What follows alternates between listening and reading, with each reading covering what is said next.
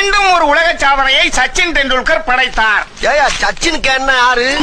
பால்கேன. ஏப்பா சச்சின் டெண்டுல்கர் உனக்கு யாரும் தெரியாது? தெரியாம தானே கேக்குறேன். அது தெரியாம நீ எல்லாம் ஏன் சலூன் கடைக்கு வர? அவர் தெரிஞ்சுக்கிறதுக்கு சலூன் கடைக்கு வரதுக்கு என்ன இருக்கு? பேசாதயா.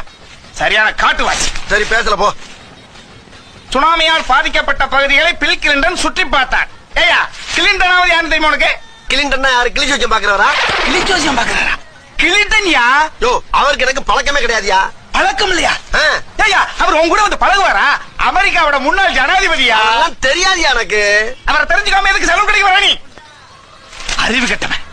மட சாம்ராஜ் ரொம்ப ஓவரா இருக்க. சதாம் ஹுசேனை தூக்கில் போட்டது சரியா தவறா? ஏண்டா ஹுசேன் யாருன்னு உனக்கு தெரியுமா?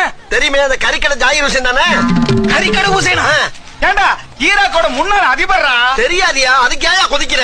அது தெரியாம ஏன்டா நீங்க சலூன் கடைக்கு வர? யாரா எந்திரி முதல்ல. என்னடா? ஆமா இவ்வளவு பேசுறீல. நான் யார்ட்டையும் சொல்லணுங்கிற அவசியம் இல்லடா. ஜெனரலா சொல்றேன் கேட்டுக்குங்க. என் பேர் மதன்.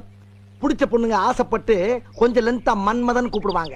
ஐ am studying preposition, deposition, composition, railway station, police station, இப்படி எக்ஸெட்ரா எக்ஸெட்ரா எக்ஸெட்ரான்னு எத்தனையோ படிக்கணும்னு ஆசைப்படுறேன். பட் சேர்க்க சரியில்லாதனால சைன் பண்ண முடியாம உட்கார்ந்திருக்கேன். ஐயா இந்த புறாவை உசுரா மதிச்சு இற போட்டு வளர்க்குறீங்க நீங்க. ஆனா இந்த புறாவே ஒரு நாளைக்கு மனிதனுக்கு இரையா பாத்தீங்களா? அடாடாடாடா என்ன தத்துவம், என்ன தத்துவம். அது எப்படிடா உன்னால மட்டும் இப்படி எல்லாம் பேச முடியுது? ஐயா என்னைய மாதிரி எல்லாரும் தத்துவம் பேசுற முடியுங்களா? நானா பேசுறேன்? ஏதோ அதான் வருது அங்கங்க அள்ளி போட்டு போய்கிட்டு